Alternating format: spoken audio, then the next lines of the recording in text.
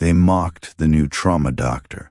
Then a Marine general called her legend Dr. Sarah. Chen walked into the emergency room on her first day, her white coat still crisp and new. The other doctors glanced at her, then went back to their conversations, barely acknowledging her presence. She was young, barely 5 feet tall, and looked more like a college student than a trauma surgeon. Behind her back, they whispered.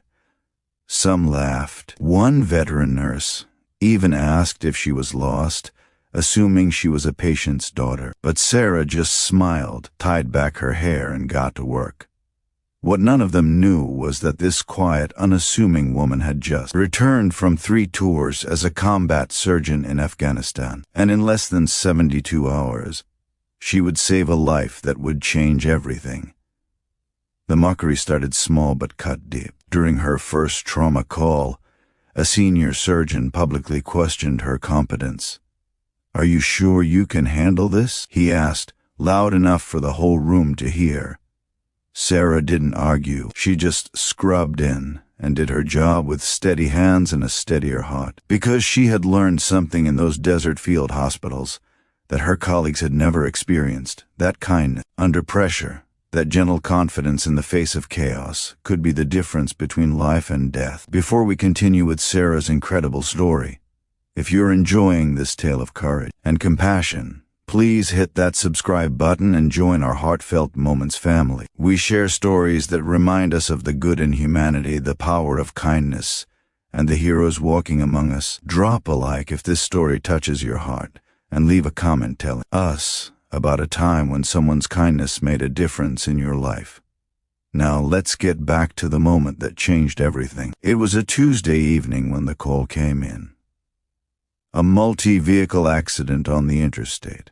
Multiple casualties. The emergency room erupted into controlled chaos, and Sarah moved through it like water, calm and purposeful. The other doctors rushed to claim the cases they wanted, the ones that would look good, the ones that seemed manageable. Sarah took what was left.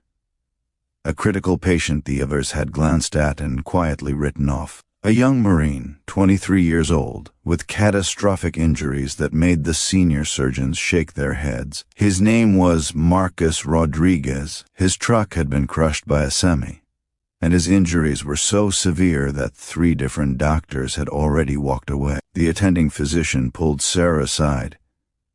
"Don't waste your time," he said, not unkindly. "Focus on patients you can actually save." But Sarah looked at the monitor, at the young man's fading vital signs, and she saw something else. She saw a 23-year-old kid who probably had parents waiting by the phone, maybe a girlfriend, maybe a little sister who thought he hung the moon. She saw someone who deserved every chance, every ounce of skill and fight she could give him.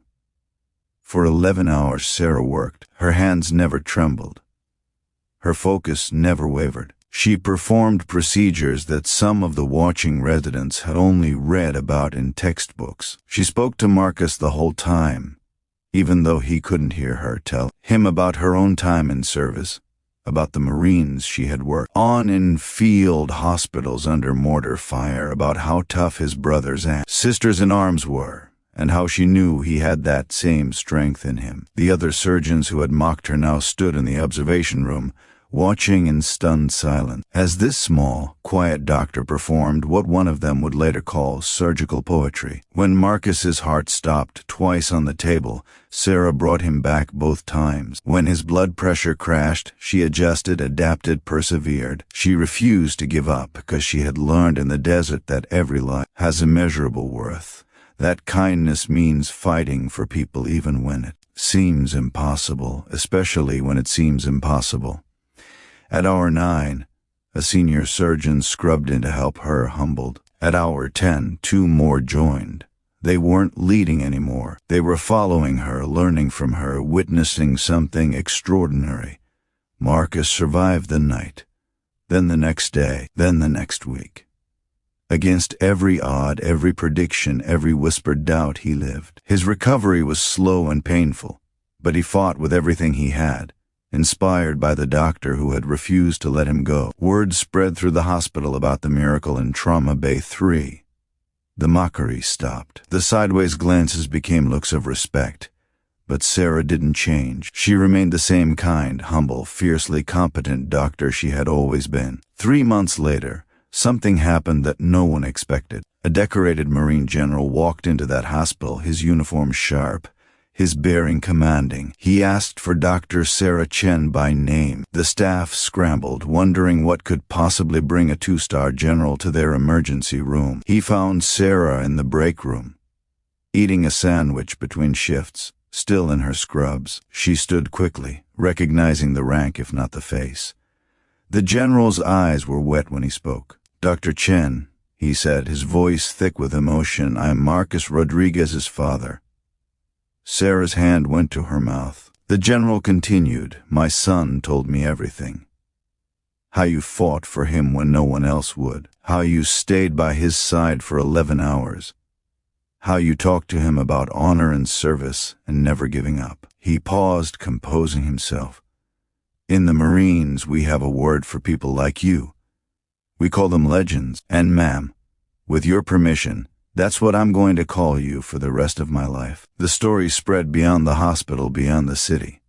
Local news picked it up, then national outlets. But the real impact was quieter and deeper. The doctors who had once mocked Sarah became her greatest advocates. Culture of the entire emergency department shifted. Patients weren't cases anymore. They were people worthy of every bit of skill and compassion the staff could offer. Sarah had changed an entire institution, not with grand speeches or demands, but with simple, persistent, radical kindness. Today, Marcus Rodriguez is thriving. He works with wounded veterans, sharing his story and the lesson his surgeon taught him, that kindness in action looks like refusing to give up on people even when it's hard, especially when it's hard. And Dr. Sarah Chen still works in that same emergency room, still quiet, still humble, still fighting for every single patient with the same fierce compassion that made a Marine general call her a legend. Her story reminds us that kindness isn't always soft or easy. Sometimes it's staying at the operating table for 11 hours. Sometimes it's believing in someone when everyone else has stopped. Sometimes it's choosing to see the immeasurable worth in every human being, regardless of the odds. That's the kindness that changes lives. That's the kindness that changes the world. And that's the kindness that each of us can choose every single day.